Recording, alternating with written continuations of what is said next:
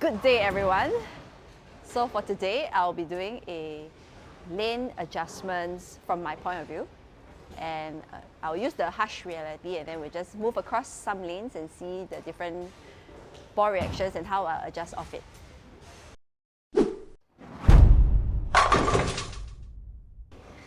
So for starters, I'll just throw a shot and we'll see how the ball reacts and then we'll move on from there.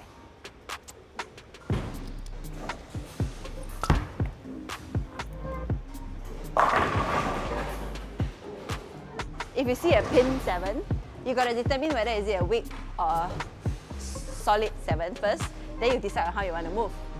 So I think it was a weak 7. So for me, if it's a weak 7, I will move half to get the ball to read out a bit better and finish slightly higher so that I can carry. Okay, I'll move half left. So let's see.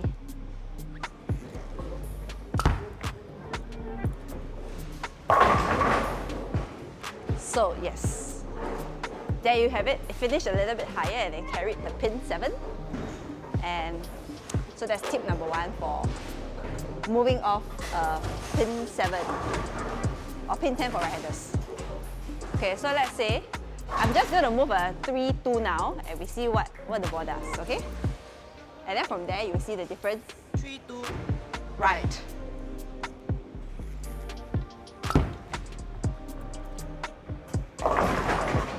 So as you can see, I left a pin 3, which tells me that I was in the right area because when I moved in, I met with a lot of oil, right? So the ball went longer.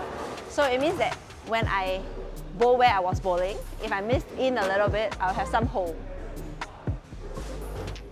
So shall we see one shot where it holds? I try my best to create Can I request scene. for a duck shot? Duck shot.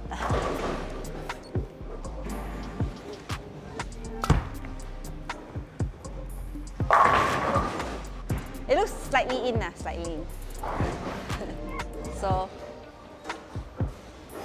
I think if you can find 1-2 boards area at the break point, I think you can actually score pretty well. But if sometimes you don't see an area, then you got to move around and find your area. So for example, I moved a 3-2 right? So I saw hole because my ball went long. So if you move 3-2 right and your ball still end up in the pocket, that will tell you that you are actually not in the right area at the beginning because when you move in, your ball didn't really hold up. Yes. So after that, right, if you move 3-2 and you don't see it, then you move another 3-2. So you just move until you see it. So when you say 3-2, right? Where do you move the 3 and where do you move the 2? 3 at your feet, because you walk and then you end at the foul line the same, right? So 3. And then 2 at the arrows. Okay. So that will get you to roughly the same break point. So I'll throw a couple more shots and see if the lane breaks down. If it doesn't, I'll change lane.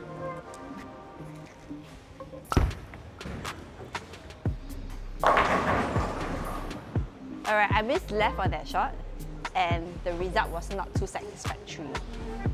So, I'll just throw again and see if the same thing happens. If the same thing happens, then I'll move. If the same thing doesn't happen, then I'll just treat it as an errant shot and just move on. So the first thing you must do is to ask yourself whether it was a good shot off the hand before deciding whether to make any adjustments of it. Correct. But I felt that it was already a good shot. But then I decided to give one more shot to see So how. means you have area to your right, but you do not have any area to your left. Correct. But sometimes you cannot have them all. So you just choose wisely.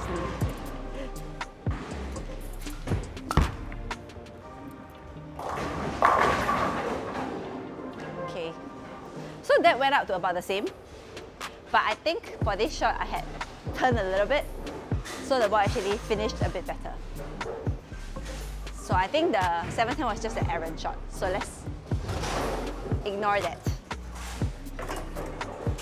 So basically you should see whatever style you are more comfortable with. If you tend to pull your shots more, you should try and find an area that gives you more hold. And then if you send out, then you need to Send the ball out. find an area that gives you more left. Yes. So now I'm going to move to the other lane and then we'll see what the ball does and I'll share what adjustments I'll possibly make of that reaction.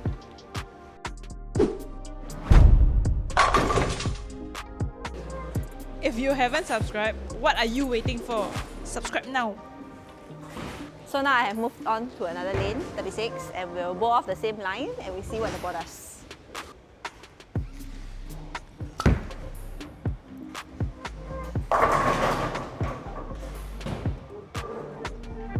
Alright, it picked up a little bit more. So, for me, when I see one pin 8, I think it's a half or one board move. So I'll try one first. Which direction? One right.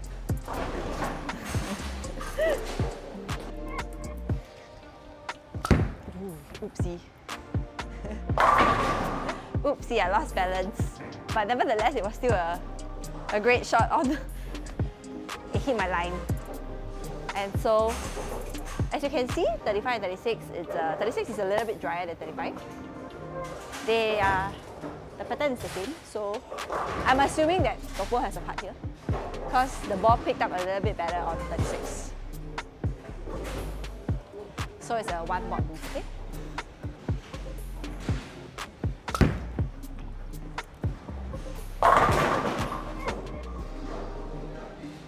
That was a little bit right. So I have some tiny bit of hole, which is good because that's what you want to see. So I'll stay there for a couple more shots and see how long it lasts and we'll work on from there.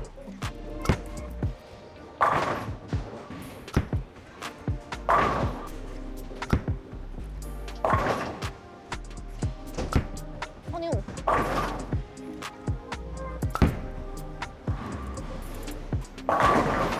Alright, many shots later, the lane has broken down. So the ball is picking up now and I left a 610. If I see this, I'll just move another one board right because that's what I move. It's important to take note that the moves are different for different bowlers. Correct. So Cherie moves one board off a 610 leaf. Yes, I move a one board off a 610 leaf because I have lesser ref, right? So my ball actually don't move that much. So one board is sufficient. But let's look at Hui over here. She has a lot more ref rate than me. So one board for her is not enough. Not enough. Yes. So I'll move a 2-1 left. I'm a right-hander, so I move 2-1 left. Cherie will move one board right. Correct. So after I move a one board, you see what the ball do. So it's important for you all to, when you train, like to try out these different moves and find out what works for you. And it's also important to take note that the moves will be different when the oiling pattern is different. So like if the oiling pattern is drier, you probably have to move more of a high shot. And then if it's oilier, probably lesser. So it's a lot of trial and error experiment during your trainings and then find out what works for you and then you do it during your competition.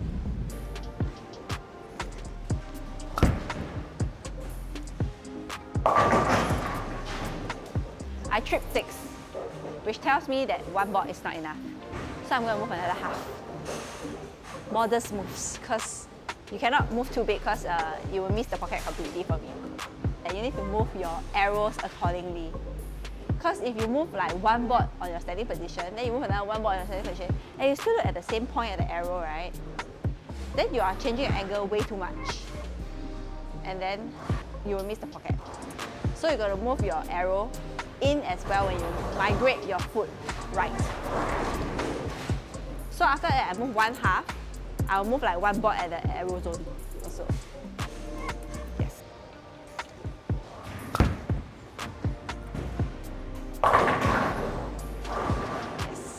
Perfect. Perfect. Perfect move. So after many trial and errors, I found the moves that work for me. So you gotta like do your math and work it out yourself too.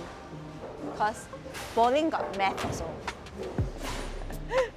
If you move 1.5, 1, right, you can essentially keep your break point the same. That's if your breakpoint is at 45 feet. Correct. But if you don't use 45 feet as your breakpoint, then The measurement is different. use more fractions. Then it will be too complicated. Actually, bowling is a very simple game. Do not overcomplicate things.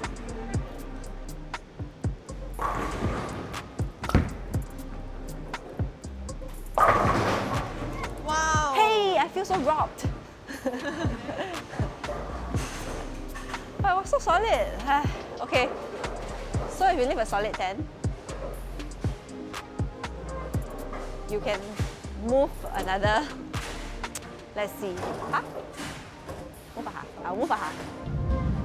You can either don't move or you move a half, because I don't think that will happen again. To prove my point, I'm going to throw the same shot again. The pin 10 will not stand out.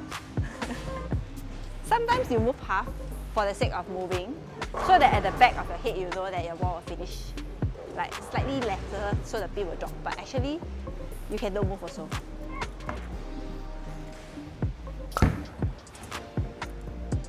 Alamak, alamak.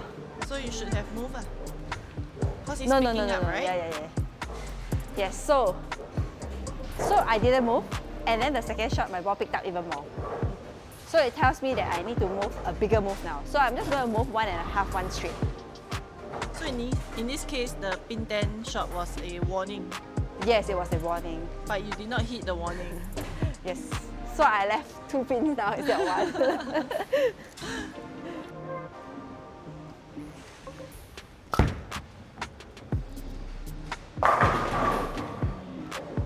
Alright, that was a pocket, but 1.5 one was a little too big because the pin 7 was very late to fall. So it tells me that I can bowl this line, but give it another 2-3 shots, it will be better. Means the 1.5 one move was 2-3 shots ahead of its time. So actually in bowling, there's a lot of telltale signs on when you should Correct. move. So you should pay attention to what pins you leave behind and how it is hitting the pins, and make the decision based off your Yeah, previous so shot. do not just walk back after throwing a shot. First, you need to see the pin reaction, the way the pin falls, to actually determine whether you want to move or stay. So even if it's a bad shot, you should stay there and work. I hope this gives you a little bit of insight as to how to move when you see what pin stands behind and how to improve your game further. So I think in bowling there's a lot of ways to move. You can change your ball, you can change your release, or you can change your loft, or you can change your ball speed. So if you want to see more of those videos, comment down below and let us know whether you want to see it, and we'll try and make it. So bye for now.